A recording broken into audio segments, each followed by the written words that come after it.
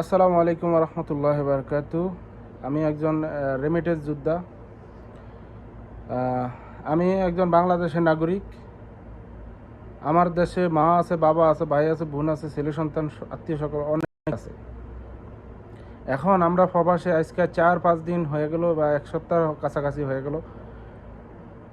এখন পর্যন্ত আমরা দেশের কোনো একটা সুস্থ সমাধান পাচ্ছি না। কেননা আমাদের ফ্যামিলি বর্তমানে কী হালতে আছে আমরা জানতে পারি না। দেশে যাতে চাইতেছি, দেশেও যেতে পারতাছি না। আজকে গতকাল শুনলাম যে প্রায় 1400 বিমান এই এখন পর্যন্ত নাকি ক্যান্সেল করে দিছে। তো অতএব আমরা রেমিটেন্স যোদ্ধা, আমাদের অগ্রাধিকার অবশ্যই থাকতে হবে, দিতে হবে।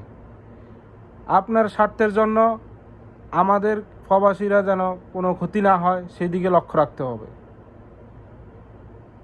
আপনারা এইসব আন্দোলন করে কি বোঝাতে চাইছেন? আপনারা কেন আমাদের এই ছেলে সন্তানের দাবি মেনে নিচ্ছেন না?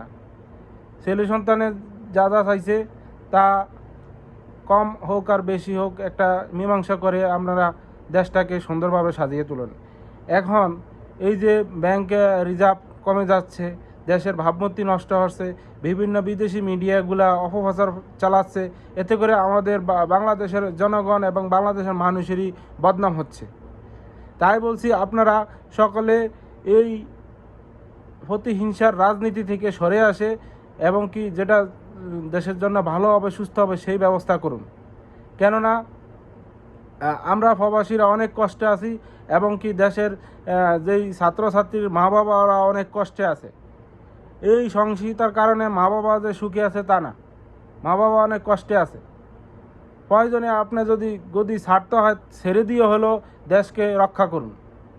খালি আপনাদের স্বার্থ দেখলে হবে না, দেশের জনগণের স্বার্থ দেখতে হবে। চোখ মুজে দেখেন, কিচ্ছু নাই, কিচ্ছু নাই, সব শেষ।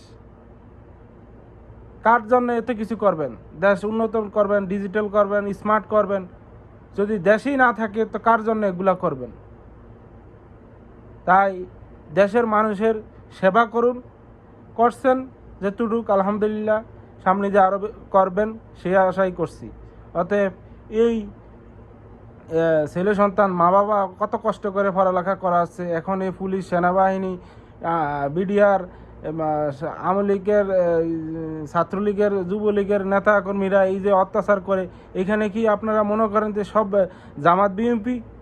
এখানে তো আওয়ামী লীগের লোক অবশ্যই আছে।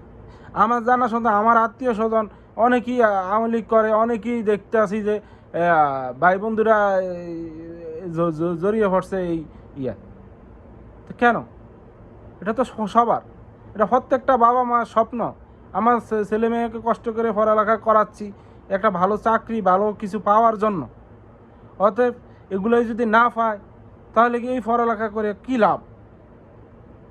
তাই বলছি, এইসব সহিংসতা থেকে সবাই সরে আসুন, দেশকে রক্ষা করুন, দেশের মানুষকে রক্ষা করুন, আমাদের প্রবাসীদেরকে রক্ষা করুন। আজকে 4-5 দিন হয়ে গেছে আমরা দেশে কোনো যোগাযোগ করতে পারি না। আমার বাপ মা কি বেঁচে আছে না মরে গেছে, খাইয়ে আছে না না খাইয়ে আছে, তাও কিছু জানতে পারতাছি না।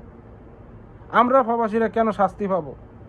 আপনাদের দেশের গ্যাঞ্জাম নিয়ে আপনারা দেশে থাকবেন, কেন ইন্টারনেট সেবা বন্ধ করে দেবেন? আমাদের কি অপরাধ? আমরা তো দেশে চাকরি করতে পারিনি, এখন বিদেশে আসছি, এতটুকু কি আপনাদের চলে না? তাই বলছি, এই যে ইন্ডিয়ান পুলিশ সেনাবাহিনী অনেকেই ডিফেন্সে আছে, এগুলা সরিয়ে দিয়ে আপনি বাংলাদেশের নাগরিক ইয়া করেন। বাংলাদেশের মানুষকে ভালোবাসুন, যতই আউটের মানুষকে ভালোবাসুন, এক সময় দেখবেন তারাই আপনার কপালে লাথি দিয়ে চলে যাবে।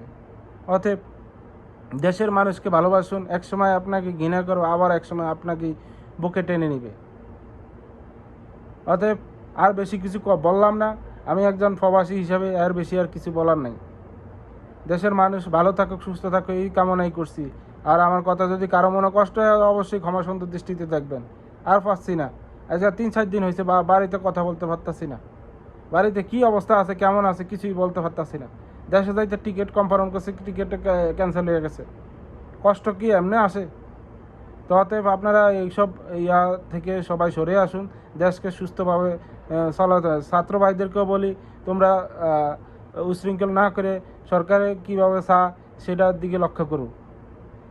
সব মিলিয়ে সবাই ভালো থাকবেন, সুস্থ থাকবেন। আল্লাহ হাফেজ। আসসালামু আলাইকুম রহমতুল্লাহ।